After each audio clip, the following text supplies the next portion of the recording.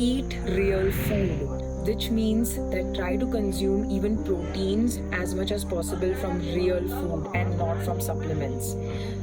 I've seen a lot of people snacking on protein bars just because it's rich in protein rather than having actual meals.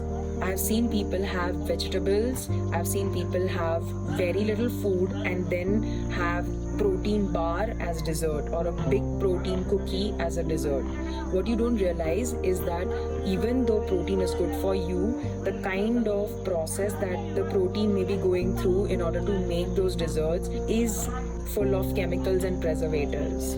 You rather make your protein dessert at home with nuts and with fruits and with good fats like ghee or coconut oil. So eat real food because you are underestimating the satiety that it brings to your palate when you eat real wholesome food. Which brings me to my next point, which is share your food. Eat with your loved ones, because personally for me, I always end up eating more when I'm alone or when I'm watching a screen than when I'm eating with my loved ones and having good, happy conversations.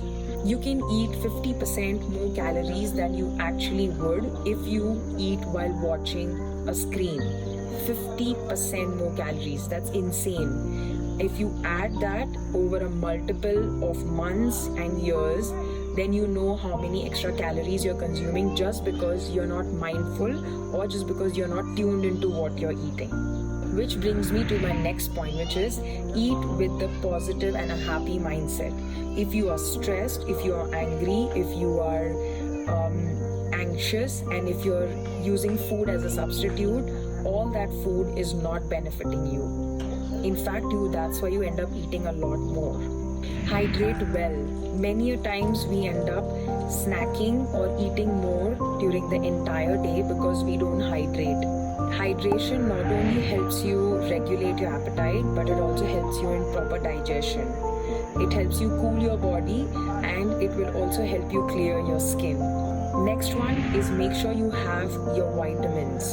Most of the city food that you get is stripped of its actual nutrition, which you may be getting from fresh vegetables and produce. And that's why personally I also supplement with vitamins, especially vitamin C and vitamin B, which are essential. Vitamin C for your metabolism and immunity, whereas vitamin B is essential for us to feel more energetic, improve our moods, as well as improve concentration. Get ample sunlight for vitamin D, because vitamin D is not only a natural antidepressant, but it also makes sure that you are regulating your circadian rhythm. If your circadian rhythm is regulated, you will fall asleep also much faster and you will have a very consistent sleep cycle. Let me tell you, the biggest secret to fat loss is sleep. Why? Because sleep regulates your hunger and your satiety hormones, which means if you sleep properly, then you will be hungry at the most optimum level and you will get satiated much faster with the food that you eat. Lack of sleep also promotes cravings and punchy flavors like sugar and salt, which means even if you are eating healthy, if you don't sleep well, then your cravings are automatically on the higher side.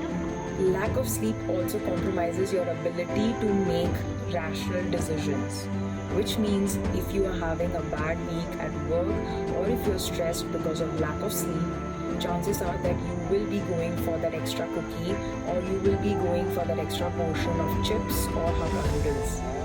Or worse, you will be having takeout food throughout. Which brings me to my next point, which is avoid vegetable oils.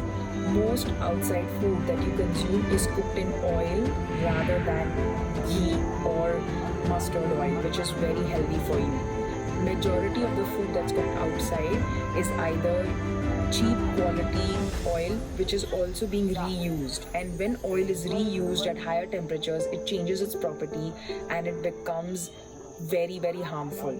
So this is me inviting you to make changes, small changes in your everyday choices when it comes to not just what kind of food you're eating, but how you're consuming it, so that you can build a consistent practice of mindful and intuitive eating.